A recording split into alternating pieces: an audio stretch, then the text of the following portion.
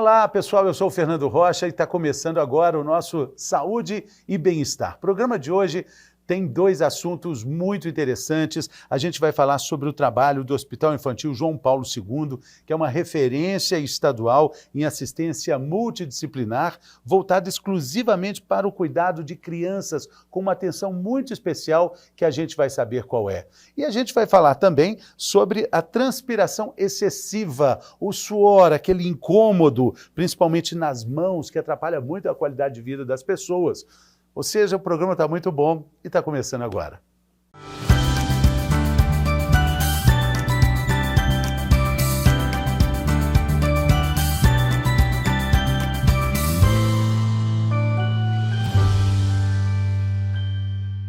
Muito bem, vamos começar o programa falando de um orgulho nosso aqui em Minas Gerais, que é o Hospital Infantil João Paulo II. Ele fica ali na região hospitalar, ali perto do Parque Municipal, ali perto do pronto-socorro também, enfim, e é um hospital com uma atenção muito especial para crianças traqueostomizadas. E foi lançada agora uma caderneta da criança traqueostomizada, que pode ajudar muito a qualidade de vida dessas crianças. A gente vai entender por que tudo isso e como esse trabalho acontece com a doutora Isabela Piscinin. Piscinin? Piscinin, que é pediatra do Instituto, né? Pediatra e também pneumologista infantil. Bem-vinda, doutora. Obrigada, é um prazer falar de um assunto tão relevante para a sociedade, para essas crianças. Alegria nossa te receber aqui, a gente gosta muito da Fundação Hospitalar do Estado de Minas Gerais, já tivemos aqui oportunidade para falar sobre essa rede tão importante para todos nós. Orgulho para os mineiros, né? Porque o Pronto-Socorro João 23 é uma referência quase que mundial, né? Isso, certamente.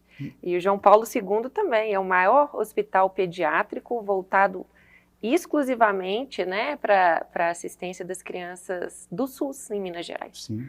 Então é um orgulho. Agora, quando a gente fala da criança traqueostomizada, vão entender o que é isso? Isso, exatamente.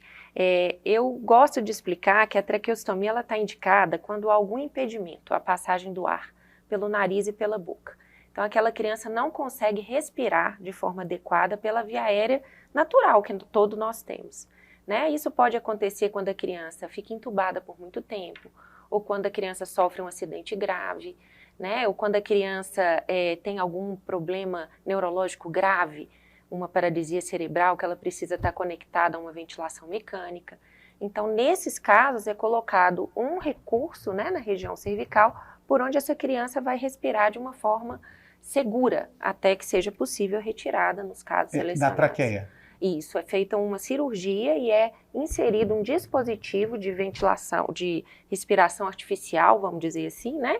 Que permite com que essa criança respire pela traqueia, através da cânula de traqueostomia.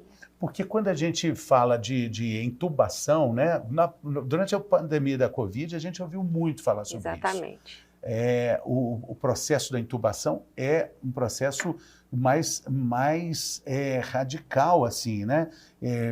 Mais invasivo, na verdade, a palavra seria essa. Em geral, a traqueostomia vem depois de uma intubação. Então, a pessoa ela é entubada por conta de uma doença grave, por exemplo, Covid, e aí, se não é possível retirar o tubo nos dias subsequentes, então é melhor que ela seja traqueostomizada, porque ela pode despertar, acordar, porque o tubo exige que a pessoa fique sedada. Então, muitas vezes, ela não vai conseguir se recuperar de forma satisfatória, a não ser que seja feita a traqueostomia. Essa é uma das indicações. Aí a traqueostomia coloca a criança, né, com uma série de cuidados muito necessários, porque imagino que a exposição ali a bactérias, inflamação, seja muito grande, né, doutora? E daí a importância desse serviço. Eu represento aqui uma equipe que chama SITE, que é o Serviço de Assistência Integral à Criança Traqueostomizada, que é composto por uma equipe multidisciplinar. E ali nós temos fisioterapeuta, fonoaudiólogo, psicólogo, assistente social e talvez o que seja mais relevante no dia a dia, que é a equipe de enfermagem, para justamente fazer os cuidados, os treinamentos, para que essa criança possa ficar com a traqueostomia de forma segura, sem infecções, sem feridas, né, sem outras complicações. E é um acompanhamento, a gente está vendo aqui, vamos ver se dá para mostrar, que ele é muito explicativo, assim, muito didático, falando sobre o que é os aparelhos que são usados ali. E até aqui eu gostei, acho que a gente pode falar sobre isso, o tamanho da cânula, Isso. as trocas, porque, olha, pela quantidade aqui, a gente vê como são necessárias as trocas. E como é importante saber quando foi a última troca. Exatamente. Então, a família, essa caderneta tem como objetivo ser uma comunicação entre a família e a equipe assistencial. Então, toda vez que a família sair com essa criança para o médico ou para o posto, ela vai levar, e isso explica muito por ela. Então, qual cânula que ela usa, o porquê que essa cânula foi colocada, se há perspectiva de retirada, quando que tem que trocar a próxima vez. Então, isso é um instrumento de cidadania, né? É muito legal também mostrar aqui, ó, vou mostrar para vocês aqui, porque aqui a gente está falando dos tipos de cânulas que são usadas. Esse aparelho aqui, ó, fica aqui na traqueia, né, na região da garganta, e aí é uma explicação até mesmo para a própria criança, né? Exatamente, porque a criança, ela vive um processo de transição e ela precisa fazer parte. Tanto que foi desenvolvido esse mascotezinho, essa personagem foi cuidadosamente desenvolvida, ela chama Joana, que atrás dá para ver o rostinho dela. A Joana aqui. Para que ela seja uma criança feliz, né? A Joana tem no pescocinho aqui uma traqueostomia. Uma traqueostomia. Porque a gente sabe que independente da traqueostomia, a gente tem uma criança. E essa criança precisa ser feliz, né? E para ela ser feliz, a gente precisa cuidar. E precisa brincar, e precisa tomar chuva, né? Precisa brincar na terra. Isso. Mas aí tem as questões do cuidado. Eu vi aqui que fala, ó, cuidado quando tomar banho. Exatamente. Não pode entrar água, né? Não pode entrar água. Então, assim, a nossa meta é retirar essa cânula. Cada criança, no site, que é esse serviço, ela tem um plano individualizado. Então, em todas em que for possível, a gente vai caminhar para a tentativa da retirada da cânula. Mas nas que não for possível, um exemplo são as crianças que têm quadro neurológico grave. E a cânula funciona como um instrumento para higienizar o pulmão. A família entra com a sonda e a criança já não tem uma força de tosse boa, às vezes depende de ventilação mecânica. Então, nessas especialmente em que não é possível retirar a cânula, esses cuidados têm que ser redobrados. Na hora do banho, na hora de um passeio, né, para evitar complicações. E a questão da voz? Pois é. Então, quando há passagem de ar ao redor da cânula, esse ar é capaz de mobilizar as pregas vocais. Que é assim que a voz funciona. É assim que a voz funciona. E aí, essas crianças todas que estão conosco fazem um exame que chama broncoscopia. Então, é uma endoscopia, só que da via respiratória. E a gente vai ver se há ou não passagem. Se houver uma passagem satisfatória, a gente adapta uma válvula de fala. E aí o ar entra pela cânula, mas sai pela prega vocal. Esse é o primeiro processo de desmame. E essa voz sai distorcida? E essa voz sai próxima ao normal. Mas tudo vai depender desse plano terapêutico, porque não é toda criança que pode usar a válvula. Entende? Se a criança, por exemplo, tem uma cânula que tem um cuff, que a gente chama, um balonete, para proteger da aspiração de saliva, por exemplo, não adianta eu colocar uma válvula, porque o ar não vai conseguir chegar na prega vocal. Então, isso tudo implica numa avaliação minuciosa dessa equipe multidisciplinar. Em todas em que seja possível, a cânula vai ser, a válvula vai ser colocada, essa criança vai começar a falar, depois a gente pode ocluir, ou seja, colocar um tampãozinho, e o próximo passo é a retirada da cânula. A gente chama de decanulação. Até isso, no cuidado aqui na caderneta, até nisso existe a explicação do gase, o tipo de esparadrapo, né? Isso, Tudo a gente explica tudo. Agora, a alimentação, ela também é alterada? Exatamente, altera. Há crianças com traqueostomia que têm um distúrbio neurológico. Esse distúrbio neurológico pode impedir que ela se alimente pela via oral, que a gente chama pela boca. Então, muitas crianças podem necessitar de uma gastrostomia, porque elas não conseguem coordenar a deglutição. Agora, uma criança que não tem comprometimento neurológico, e aí entra o nosso mascotezinho, a Joana, por exemplo, você vê pelo rostinho dela que ela está ótima, que ela tá ótima. Tá tudo certo com ela. Isso mesmo, essa criança sim vai se alimentar pela boca e ela precisa ter a supervisão da equipe de fonoaudiologia, que é um outro profissional crucial nesse processo. Outro personagem da caderneta é o Ambu. O Ambu, é preciso saber sobre ele. Vamos mostrar o Ambu aqui? Isso, o Ambu é um recurso que auxilia na reversão de uma Esse obstrução. azulzinho aqui. Então, se a criança tem uma cânula que obstrui, o ambu ajuda a desobstruir. E é muito importante, eu queria fazer um parênteses aqui para mostrar que são crianças que supostamente estão encaminhadas aí para uma vida normal. Exatamente. Elas estão longe do ambiente hospitalar e os pais precisam dessa caderneta para saber, puxa, o ambu vai entrar em ação no momento de liberar as vias respiratórias, Exatamente. né? Então, a gente sabe que... É um aparelhinho? É uma unidade ventilatória, é como Sim, se fosse uma bombinha. grande para manipular essas secreções. Então, A criança já sai com ele.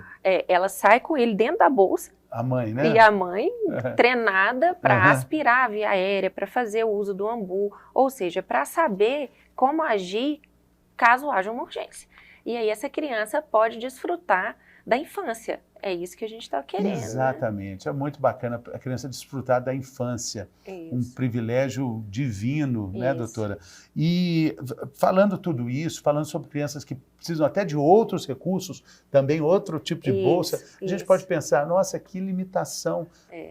Sim, é verdade. Mas eu fico imaginando que todos esses trabalhos aqui, na verdade, entregam muita qualidade de vida, né? Exatamente. Eu digo que é uma mão estendida, porque é uma trajetória difícil. Por trás de toda criança traqueostomizada há uma história triste. Ou ele teve um acidente, ou essa criança teve um problema de saúde grave. Então, por trás de cada traqueostomia há uma história triste. Então, cabe a nós, né, através do Estado, exercer esse papel, né, de dar cidadania, de cuidar, de proteger essas crianças e dar um suporte para que essas famílias superem essa fase, porque não há dúvidas que é uma fase muito difícil. Por trás de toda a história, toda criança traqueostomizada tem uma história triste, às vezes mais de uma, né? Mais de uma. As tristezas andam acompanhadas muitas vezes. Muitas vezes a gente pega crianças que são traqueostomizadas após um acidente automobilístico. Estou vendo aqui na capa, tem uma criança com cadeira de rodas. Então, às vezes, a gente colocou dois personagens. A Joana, que seria uma criança que transitoriamente estará traqueostomizada, fará parte da vida dela e depois a gente vai conseguir tirar. E um outro exemplo de um paciente neurológico, muitas vezes vítima de um acidente automobilístico grave, ou vítima de sequela no parto, ou algum problema grave no parto, que vai ser cronicamente traqueostomizado. Eles precisam muito do apoio. E estão falando de uma equipe multidisciplinar, estão falando de custo. E aí a gente tem que parabenizar que esse serviço ele é SUS. Sim. E é um orgulho. Então é um serviço mineiro, pioneiro, de referência, e SUS. Então está aí a Fundação Hospitalar do Estado de Minas Gerais cumprindo o papel do SUS que a gente quer para todos. Porque tem tantas histórias para a gente falar, de questionar, de falar sobre o SUS, mas não existe nenhum país com a população do Brasil, no mundo, que tenha um sistema único como o nosso de saúde, de atendimento gratuito para toda a população. Isso, eu posso dizer que é um serviço de referência, ou seja, todas as crianças que estão inseridas nesse serviço recebem uma assistência de excelência dessa equipe multidisciplinar. E vem pessoas de fora também? Olha, o serviço é voltado para o estado de Minas Gerais, mas eventualmente os pacientes mudam para o Espírito Santo, para a Bahia, e lá eles não encontram esse serviço. Então a gente tem crianças que viajam muitas vezes 12 horas para chegar até nós. E é uma meta daqui para frente, depois do lançamento dessa caderneta, capacitar outras equipes, inicialmente dentro do estado de Minas Gerais, para que essas crianças não precisem viajar tanto para chegar, ou seja, que haja outros serviços de referência como o nosso. Quem sabe no Brasil, daqui a um tempo, a gente não consiga, via Ministério da Saúde, viabilizar outros núcleos de referência. Já existem alguns, né, mas com essa composição multidisciplinar, com certeza há necessidade ainda. Temos um longo caminho pela frente. Sim, e Minas é um estado mediterrâneo, né? Assim, se é uma referência mineira, imagino que, poxa, do norte de Minas, da região central, lá do Triângulo, né? Sim. Não deve ser fácil fazer esse acompanhamento, Exatamente. Né? Tem crianças de Minas que viajam 10 horas. Né? Nós temos um estado, como você disse, do tamanho da Europa, quase.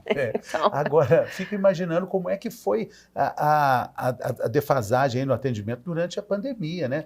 Muita gente deve ter tido problemas sérios. Sim, nós montamos um monitoramento em que a equipe ligava para essas crianças, para as famílias dessas crianças, para saber como elas estavam, e logo o Estado reconheceu que era um serviço prioritário.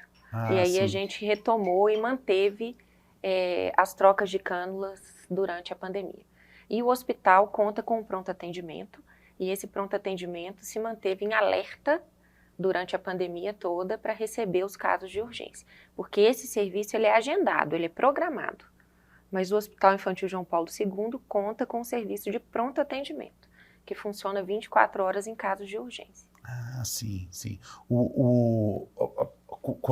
Com esse atendimento, aí já pode ser feito de urgência.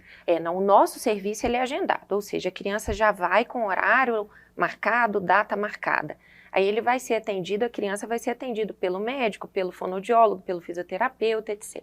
Se em algum momento fora do dia do atendimento ele tiver uma urgência, então a família, além de ser treinada, porque ela é treinada para urgência, ela sabe que pode contar com a retaguarda do pronto atendimento. Inclusive o SAMU também está aqui. SAMU, o SAMU vai mostrar aqui, em algum momento de urgência máxima, o SAMU pode ser acionado. Sempre o milagroso número 192, né? Isso, e o Corpo de Bombeiros também, para cidades que não tem SAMU. Então a gente faz parte de uma rede, né? Essa rede inclui os serviços de urgência. E aqui, eu vejo aqui que tem assim, recorrentemente, uma informação para manter a calma. Mantenha calma. Porque quando a cânula sai, acontece... aqui, ó, por exemplo, olha aqui a nossa personagemzinha aqui. A Joana desesperada, né? Porque aconteceu, a cânula da minha criança obstruiu. E agora? Por que tanta atenção com a calma? A criança vai ter reações assim? Sim, é por onde ela respira. Então a gente fala que é uma via aérea artificial. Temporariamente o nariz está deslocado para o pescocinho. Então os pais, os cuidadores podem ficar muito, muito apavorados, Sim, né? se essa cânula entope ou se essa cânula sai, a criança para de respirar. Então a família precisa manter a calma. Sim, para colocar um dispositivo auxiliar que a gente treina essas famílias para que eles se sintam seguros para fazer essa primeira manobra. Porque, em geral, quem age num primeiro momento é a família, até a chegada do SAMU. É muito importante, assim, é de uma sutileza tão bacana, e a cada momento tem aqui, por exemplo, dica do psicólogo, vários trechinhos, né? O psicólogo está dizendo, em situações de emergência é preciso dominar a situação, lembre-se, você foi treinada e tem que manter a calma, porque a criança está lá sem respirar. Exatamente, e a família tem que lembrar que ela foi treinada. Então a gente treina tantas vezes quanto forem necessários. E a cada vez que a família vai, a gente recapitula esses pontos, para que isso seja medular. Assim, na hora de uma urgência, a família faz aquilo meio que sem pensar.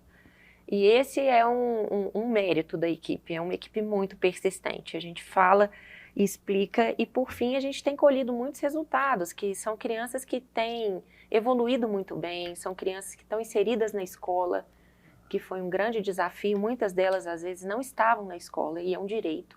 E a gente treina a equipe da escola. Eu ia te perguntar sobre a participação das crianças também. Sim. Deve ter uma coisa muito afetiva aí, exatamente, né? Que elas se sentem protagonistas, com né? certeza. A gente tem manequins que as representam, então elas veem o manequim, se identificam com ele, porque ele tem a cânula, e a equipe primeiro treina no manequim. Então ela vai perdendo o medo, ela vai vendo que tem ali um amigo, né? E aí depois ela permite que a equipe entenda como manusear a cânula dela. Então a equipe da escola que é treinada, por exemplo, só sai ali quando ela já está apta a treinar daquela criança. A gente sempre fala muito aqui também da rede de apoio tão necessária para que as pessoas percebam ali um espelho daquele problema em outras situações e que não se sintam sozinhas. Isso. Por diversos motivos, em diversas razões de doenças diferentes.